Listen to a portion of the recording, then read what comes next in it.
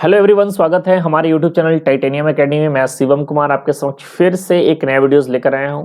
और कल के वीडियोस में मैं आपको हिस्ट्री का चैप्टर 1 एनसीईआरटी का मैंने पढ़ा दिया था, क्लास 6 का। और आज हम बात करने वाले हैं सीटेट 2024 जो आपका अगस्त में होने वाला है, उसका क्लास 6 का, ये क्लास 6 का चैप्टर 2 की बात हो रही है, ठीक है। और हम लोग हिस्ट्री पढ़ रहे हैं एनसीईआरटी बुक से। आपको जैसे पता हो कि सीटेट में आपको एसएसटी से करीबन 60 क्वेश्चंस आते हैं और एक मेजर रोल प्ले करता है। तो मैं बिल्कुल आपको आसानी से पढ़ाने की कोशिश कर रहा हूँ, बेहतर कंटेंट के साथ देने की कोशिश कर रहा हूँ। हैंड रिटेन नोट्स है, तो आप हमारे वीडियो के हेल्प से आप पढ़ सकते हैं और अच्छा कंटेंट का आप फायदा उठा सकते हैं। अगर आपको लग रहा है कि कहीं पर मेरे वीडियोस में आपको समझ में नहीं आ रहा है, या फिर कोई प्रॉब्लम हो, या फिर वीडियो आपको अच्छी नहीं लग रही है, तो क्या उसमें आप सुझाव दे सकते हैं कमेंट करके, क्या उसको चेंजेस किया जा सकता है। फिलहाल इतना ही मेरे पास रिसोर्सेस है और यही रिसोर्सेस से मैं बेहतर कंटेंट आपको प्रोवाइड करने की कोशिश करता हूं। तो चलिए वीडियो को स्टार्ट करते हैं, ज़्यादा देरी नहीं करते हैं। आज हम बात करेंगे, वीडियोस नंबर 2 है, ठीक है। इससे पहले एक वीडियो आ चुका है, जो नहीं देखे वो जाकर देख लीजिएगा, प्लेलिस्ट में वीडियोस को लगा दूंगा, ठीक है। इस चैप्टर का नाम है from gathering to growing food, यानी कि आखेट खाद्य संग्रह से भोजन उत्पादन तक। इसका अर्थ क्या हुआ, ये आपको एनसीईआरटी का चैप्टर नंबर 2 है। इसका मतलब यह हुआ कि आखेट खाद्य संग्रह, यानी इसका अर्थ होता है कि शिकारी, पहले के आदमी लोग क्या करते थे, शिकार करते थे, जानवरों का शिकार करके अपना भोजन का पर्याप्त करते थे। लेकिन ये भोजन, शिकारी को शिकार करने से लेकर भोजन उत्पादन तक, भोजन उत्पादन का अर्थ हो गया कृषि करना, ठीक है। तो ये अचानक यहाँ से जो यहाँ पर जो खाद्य आखेट खाद्य संग्रह थी, ये घुमंतु जीवन थे, कहीं पर घूम घूम कर काम करते थे। लेकिन यहाँ पर क्या हो गया, अस्थाई हो गए। अस्थाई मतलब जब कृषि करने लगे तो कृषि करने के लिए एक ही जगह पे रहना पड़ता था। वहां पे आपको चावल है, गेहूं है, तो उसके लिए आपको वक्त देना पड़ता था, एक जगह रुक के उसकी खेती करना पड़ती थी। तो इसका जो बेहतर जो अर्थ को देखा जाए, इसका जो बेहतर अर्थ होता है वो शिकारी से कृषि तक होता है। क्या होता है, शिकारी से कृषि तक होता है, ठीक है। अगर आप वीडियोस को आप देख लेंगे मेरे नोट्स को चैप्टर वाइज, तो आपको बुक पढ़ने की जरूरत नहीं पड़ेगा, क्योंकि बुक का जो बेहतर कंटेंट है, जहां से एग्जाम में क्वेश्चन पूछा जा सकता है, हर एक पॉइंट को आपके सामने लेकर आया हूं। तो यहाँ पर मैं आपको बताऊं हूँ आखेट का क्या अर्थ होता है। आखेट का जो अर्थ था वो है शिकारी। क्या होता है, शिकारी। तो आपको एग्जाम में पूछ सकता है कि आखेट का क्या अर्थ है, तो आपको बताना है शिकारी, ठीक है। अब यहाँ पर एक क्वेश्चन है, आखेट खाद्य संग्रहक के नाम से इन्हें क्यों पुकारा जाता था। यानी पुराने लोग थे, यानी पास्ट पीपल जो थे, उनको आखेट खाद्य संग्रह के नाम से क्यों पुकारा जाता था। तो इसका अर्थ है, भोजन का इंतजाम करने की विधि के आधार पर इन्हें इस नाम से पुकारा जाता था। जैसे कि आपको पता है कि भोजन का इंतजाम अर्थात एक घुमंतु जीवन थे, एक जगह से दूसरे जगह जाकर घूमकर, यहाँ का रिसोर्सेस अगर खत्म हो जाता था तो दूसरी जगह चले जाते थे, यानी इनका जीवन कैसे था, घुमंतु था। तो आखेट खाद्य संग्रह मतलब कि शिकार करके खाद्य संग्रह माने अपने आप भोजन की पूर्ति करते थे, इसलिए इन्हें आखेट खाद्य संग्रह के नाम दिया गया है। अब आगे बढ़ते हैं। अब देखिए, अब यहां पर एक क्वेश्चन और मैं लेकर आया हूं। एक इंपॉर्टेंट क्वेश्चन ये है कि जो आखेटक खाद्य संग्रह का भोजन क्या था।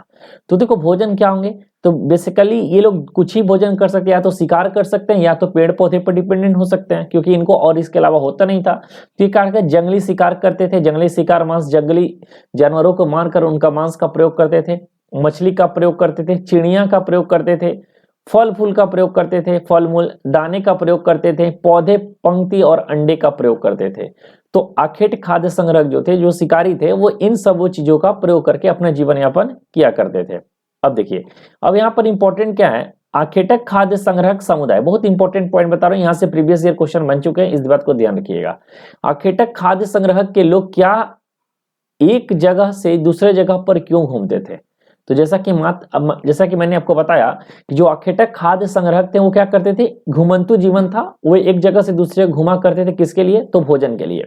तो ठीक है, तो यही क्वेश्चन पूछ रहा है क्यों घूमते थे। तो पहला इसका जो पॉइंट मैं लिखा हूं, पहला जो रीजन है, एक ही जगह पर ज्यादा दिनों तक रहता तो आसपास के पौधे, फलों और जानवरों को खाकर समाप्त कर देते थे। अब क्या होता था कि पहले समय में एक ही जगह पर अगर कोई लोग रहता था, तो यहाँ पर रहने, मान लीजिए यहाँ पर कुछ जानवर है, तो वहां पर जानवर है, चाहे जो भी रिसोर्सेज है, चाहे फल है, फूल है, तो एक जगह रहने पर जब ये जगह का खत्म हो जाएगा तो क्या करते थे, दूसरे जगह पर ये पलायन कर जाते थे, फिर इस जगह का भोजन पानी रिसोर्सेज का प्रयोग करते थे, फिर तीसरी जगह पर जाके क्या करते थे, पलायन कर जाते थे। तो पहला जो है एक ही जगह पर ज्यादा दिनों तक रहता तो आसपास के पौधे, फल और जानवरों खाकर समाप्त हो जाता, इसलिए उनको दूसरा जगह पर जाना पड़ता था। ठीक है, अब देखिए दूसरा पॉइंट है, जानवर अपना शिकार के लिए या चारा ढूंढने के लिए एक जगह से दूसरे जगह पर जाया करते थे, इसलिए इन जानवरों का शिकार करने वाला लोग भी इनके पीछे पीछे जाया करते थे।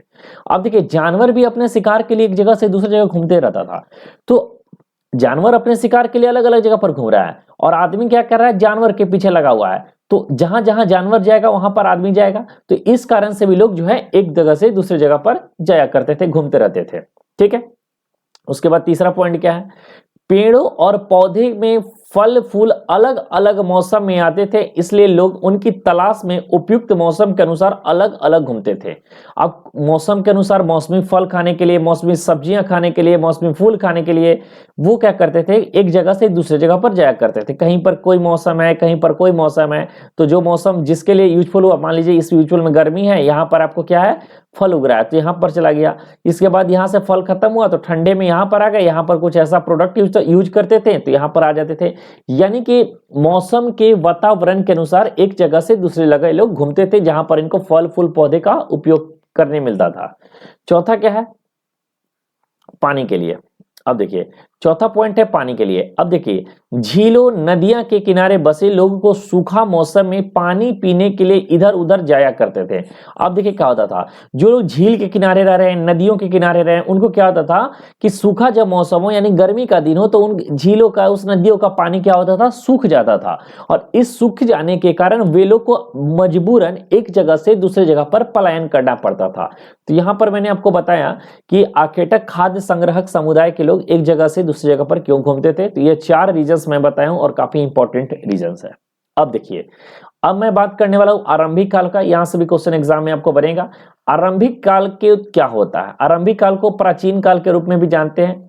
ठीक है, और आरंभिक काल को अगर देखा जाए तो ये 3 भाग में बटा हुआ है। पहला है पूरा पाषाण काल, दूसरा है मध्य पाषाण काल और तीसरा है नव पाषाण काल। अब ये आप सोच रहे होंगे पूरा पाषाण काल, मध्य पाषाण काल, नव पाषाण काल क्या है।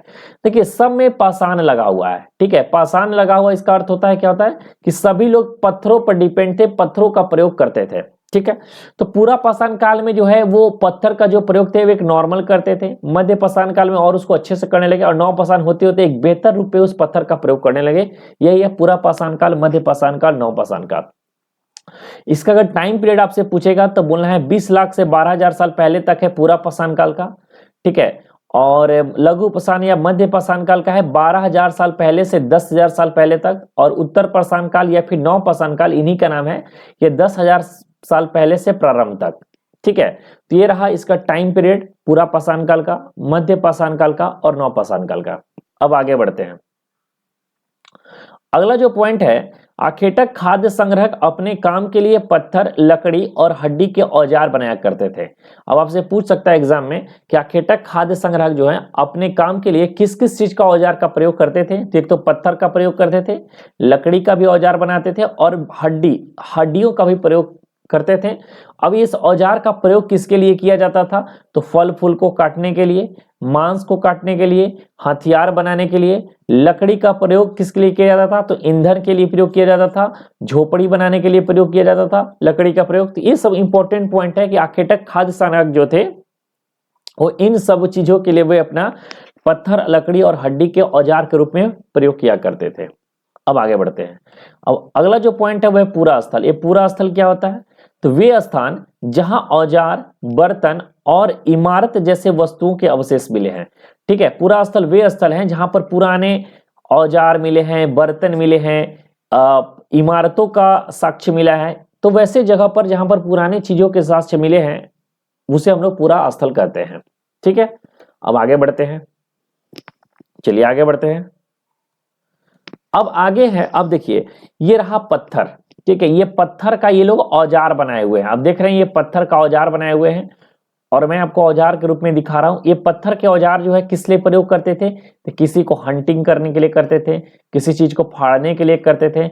और ये देखिए ये निडिल नुमा है, ये अगर किसी को गड़ जाए तो कोई ना कोई शिकार करने में कितना आसानी होगा, वो वहीं पर मर जाएगा। मरेगा कि नहीं मरेगा, एकदम मर जाएगा। तो ये जो पॉइंट है ये भी पत्थर का ही औजार है, ये जो बना हुआ है इस तरह से ये पत्थर का ही औजार है।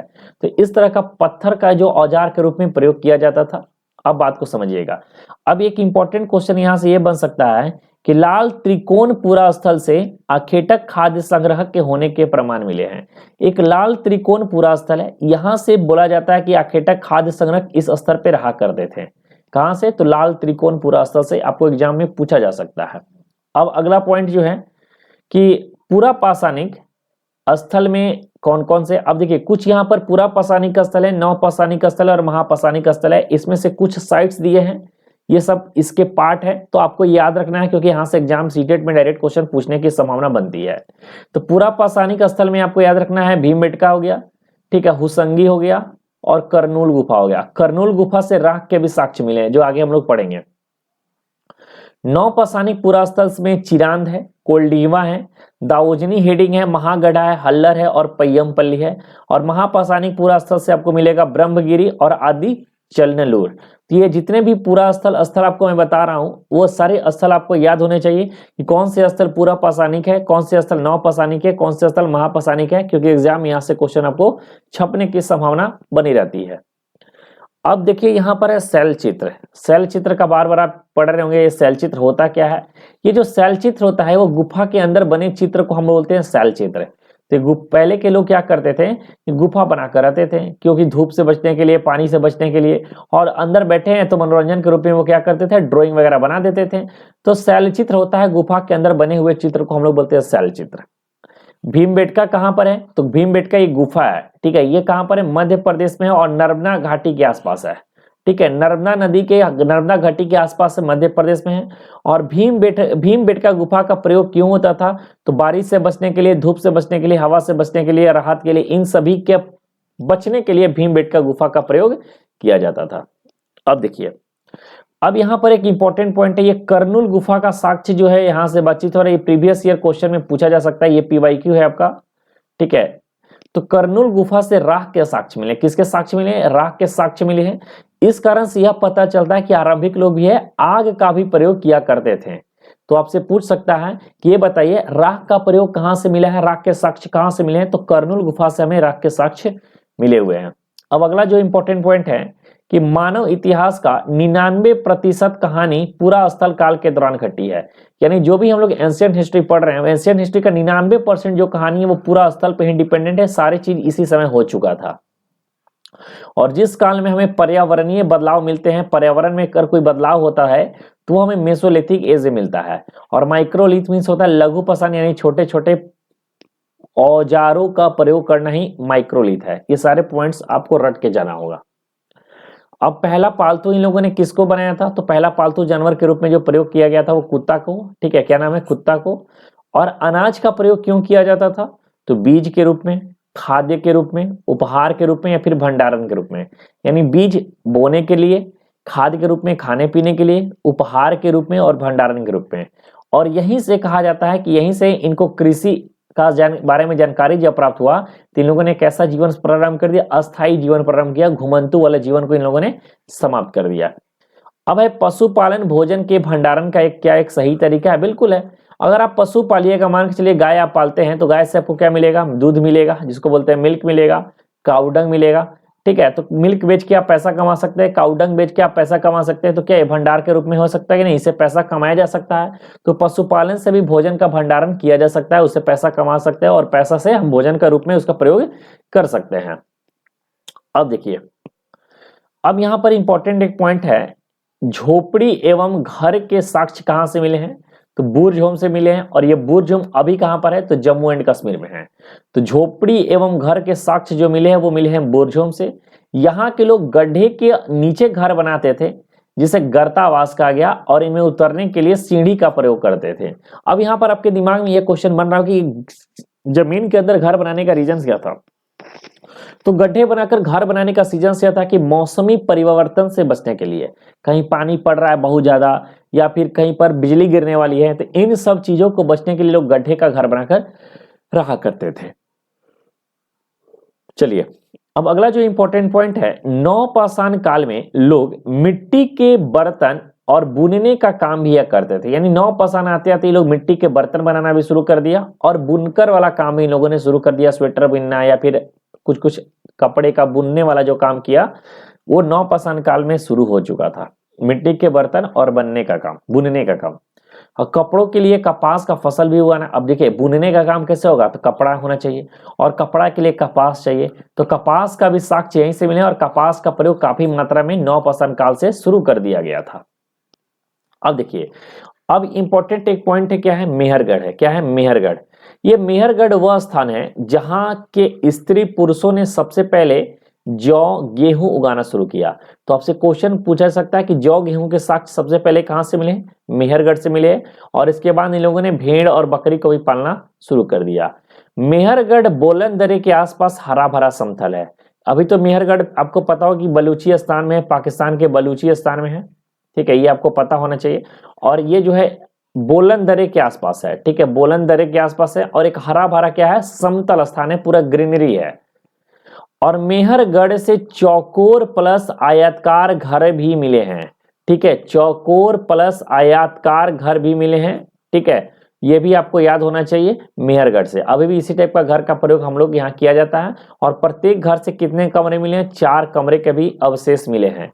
तो मेहरगढ़ जो है बलूचिस्तान में फिलहाल है, जहां से हमें चौकोर और आयताकार घर के साक्ष्य मिले हैं और प्रत्येक घर में 4 कमरे भी हुआ करते थे। अब यहाँ पर देखिए एक इंपॉर्टेंट पॉइंट है, ये प्रीवियस ईयर में क्वेश्चन पूछा जा चुका है, इस पॉइंट को पकड़िएगा। कब्रों में मृत्यु के साथ असामान्य क्यों रखते थे। पहले क्या होता था कि जैसे कोई मरा, ठीक है, तो मरा तो उसको एक बकरी दे दिए, बकरी के साथ भी दफना दिए।